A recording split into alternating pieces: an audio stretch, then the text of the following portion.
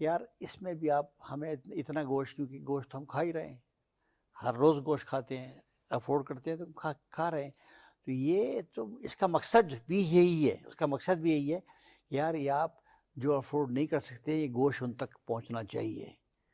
بے شک آپ اپنے رشتہ داروں کو تھوڑا دیں لیکن ان کو زیادہ دیں جو یہاں پر مہینوں مہینوں سالوں سالوں گوشت نہیں پکا سکتے وہ لوگ. تو یہ ایک، جیسے کہ ڈاکٹر صاحب نے ابھی بتایا کہ یہ چیز آپ اس طرف، بجائے اس سے کہ شوشہ مارنے کے لیے آپ نے 15 لاکھ کے لیے گناہ ہے، زجر تو بھی سے کام لے رہے ہیں آپ کے، جی اس سے آپ کو بنتا کچھ نہیں ہے. دوسرا آدمی جو غریب آدمی دیکھتا ہے وہ آپ کو بدوائی دے دیتا ہے اسے، یار کہ یار دیکھو مجھے وہ چاہیے، مجھے دے دے، میں بچوں کے کپڑے بنا لوں، میں بیماری ہے گھروں میں لوگوں کے، شادیاں رکی ہوئی ہیں، اور وہ جناب علی 20-25 لاکھ روپے کی گائے خرید کر کے اس کی قربانی، چیز اچھی نہیں ہے. یہ چیز ہر ثواب کا، ہر کام بالکل، ثواب کا بالکل. آپ نے ہاتھ چھپا کے کرنا ہے، وہ بالکل. چھپا کے کرنا ہے. اس کی آپ کو اس میں آپ کو کوئی، اس میں کوئی صدارتی ایوارڈ اس کو نہیں ملنے لگا کہ یار آپ نے کوئی 30 لاکھ کی بالکل. کمال نہیں کیا. تو اپنے میرے اس میں یہ ہے کہ آپ نے جو غریب لوگ ہیں ان کا آپ نے خیال کرنا ہے، اور وہ آپ کو سکون اسی میں سمجھتا ہوں، وہی سکون ہے آپ کے لیے اگر آپ یہ کریں. صحیح. بات چیت ہماری اسی طرح سے جاری رہے گی، لیکن ابھی وقت ہوا چاہتا ہے ایک چھوٹے سی بریک کی طرف جاتے ہیں.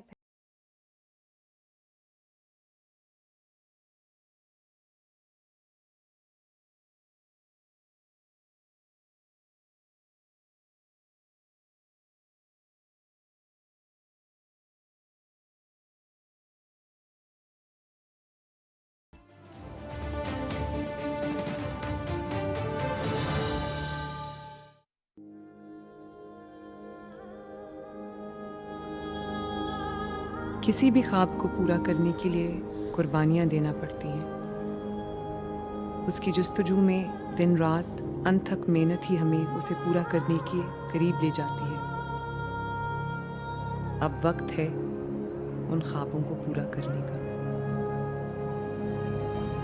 وہ خواب جو ہم نے دیکھے تھے، آج ہم سب مل کر دوبارہ اپنے پاؤں پر کھڑے ہو رہے ہیں، ایک نئے دور کی طرف، ایک روشن اور سرسبز مستقبل کی طرف. وہ خواب سبھی ہوں گے پورے. کسی بھی قوم کے لیے سب سے فخر کی بات اس کی خود مختاری ہے، اور اس کو حاصل کرنے کی جستجو ہی ہر گاؤں، ہر شہر، ہر گھر کو ایک دوسرے سے جوڑتی ہے. مشکلات سے لڑتے ہوئے زندہ دل قومیں ہی روشن تاریخ بناتی ہیں. رکنا نہیں، اب تھمنا نہیں، بس آگے بڑھتے جانا ہے.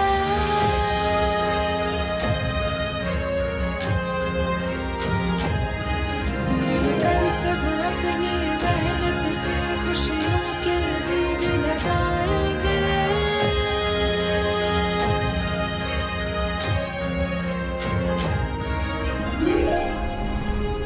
تم ہی آج ہو اور تم ہی کل. بس اب نہیں رکنا، اب نہیں تھکنا، آگے بڑھنا ہے، کچھ کر دکھانے کی لگن کے ساتھ، آگے بڑھ جانے کی تڑپ کے ساتھ، ایک مقصد، ایک خواب اور اس کی ایک ہی تعبیر کے ساتھ، ایک روشن پاکستان، روشن پنجاب کے ساتھ. 100 دن ترقی کے، 100 دن صحت کے، 100 دن تحفظ کے،